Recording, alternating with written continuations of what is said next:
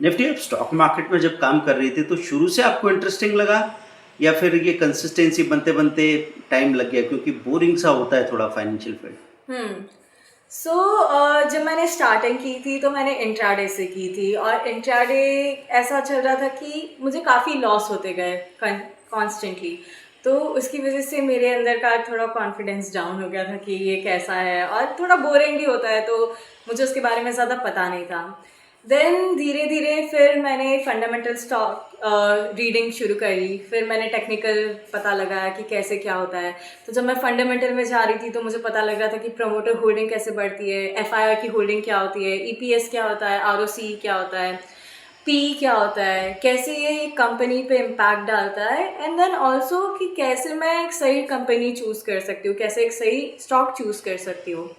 तो फिर जैसे जैसे मुझे वो पता लगने लगा, फिर उसके बाद ये पता लगने लगा कि अच्छा कौन सी ट्रेडिंग टाइप अच्छा है। मतलब एक होता है इंट्राडे, फिर ट्रेडिंग, फिर investing, long term investing, swing trading. तो मुझे स्विंग ट्रेडिंग में बहुत इंटरेस्ट आने लगा था। मतलब जब उसमें घुसे तो ऐसा होता है कि इंट्राडे थोड़ा मुझे बोरिंग लगा।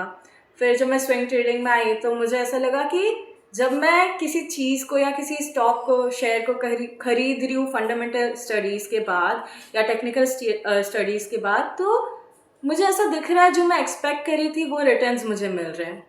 और जब मुझे वो रिटर्न्स मिल रहे थे तो फिर अंदर का कॉन्फिडेंस और साथ ही साथ मेरी कंसिस्टेंसी आ गई। तो जब मुझे उसके बारे में पता लगा कि अच्छा इट्स नॉट कि मैं ब्लाइंडली किसी भी स्टॉक को खरीद रही हूँ, जब मैं उसको जान के और समझ के bye fundamental studies and technical studies जब मैं उसके पास जा रही हूँ और मैं उसको खरीद रही हूँ, तो मैं ब्लाइंडली उसमें कोई बेट नहीं लगा रही हूँ, और उसके बाद जो मैं एक्सपेक्ट कर रही हूँ वो मुझे कहीं ना कहीं कुछ स्टॉक्स में मिल रहा है। तो वो मुझे ऐसा लगा कि जिसने मुझे कॉन्फिडेंस भी दिया और जिसने मुझे थोड़ा ऐसा फील कराया कि more often I can try it. तो उसके बाद फिर मैं कंटिन्यूसली करती गई, फिर मुझे लॉन्ग टर्म इन्वेस्टिंग भी अच्छा लगने लगा।